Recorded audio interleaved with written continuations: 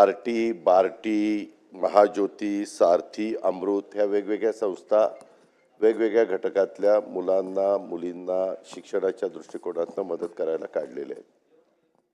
अध्यक्ष महोदय, ह्याच्यामध्ये थोडासा ओझरता उल्लेख आमचे संजय शिरसाट साहेबांनी मंत्री महोदयांनी उत्तर देताना केला. मी तुम्हाला काही विषय अध्यक्ष महोदय दाखवतो. असे काही विषय निवडले गेलेले आहेत, कुठल्या मुलांना द्यायचं. काही ठिकाणी एकाच परिवारातले 42-45 हजार रुपये मिळतात म्हणल्यानंतर 5-5 लोक PhD करायला लागलेत एका फॅमिलीतले. आणि मी मधीच माहिती घेतली तर ह्या ठराविक विद्यार्थ्यांच्या करता कित्येकशे कोटी रुपये जात आहेत आणि 4 लाख विद्यार्थ्यांच्या करता म्हणजे ह्यांच्या करताच रक्कम इतकी मोठी जाते आणि बाकीच्यांच्या करता अतिशय म्हणजे 50% पेक्षा जास्त रक्कम इकडे जायला लागल्यात आणि विद्यार्थ्यांची संख्या कमी आहे. आता त्याच्यामध्ये कॅबिनेटमध्ये याच्याबद्दलची खूप साधक-बाधक चर्चा झाली.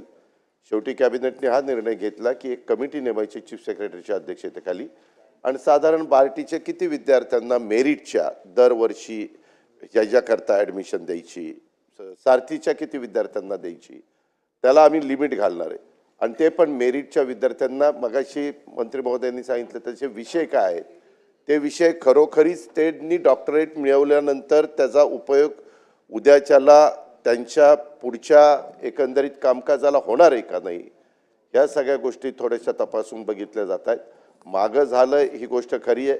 त्यावेळेस निवडणुकीचा काळ होता.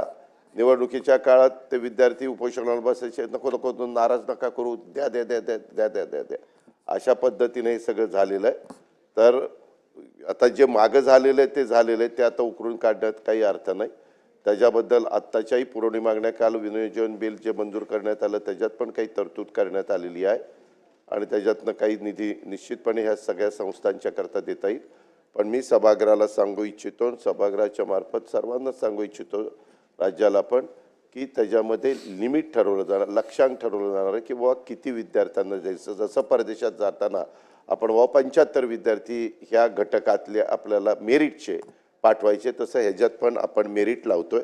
आणि राऊतसाहेब, तुम्ही आपण एकत्र काम केलेलं आहे, त्याच्यावर तुम्हालाही माहिती आहे मी कधी कुठल्याही घटकावर अन्याय होईल अशा प्रकारची कुठलीही गोष्ट करत नाही. नेहमी समाजातल्या वंचित वर्गाला, ज्यांचे ऐपत नाही आई वडिलांची पण त्यांनी ते मेरिटमध्ये आहेत आणि त्यांना सरकार म्हणून आपण मदत केली पाहिजे आणि त्यांचे विषय चांगले आहेत, अशांना मदत करायला महायुतीचं सरकार हे प्राधान्य देतं आणि नेहमीच मदत करतं, पुढेही देत राहील.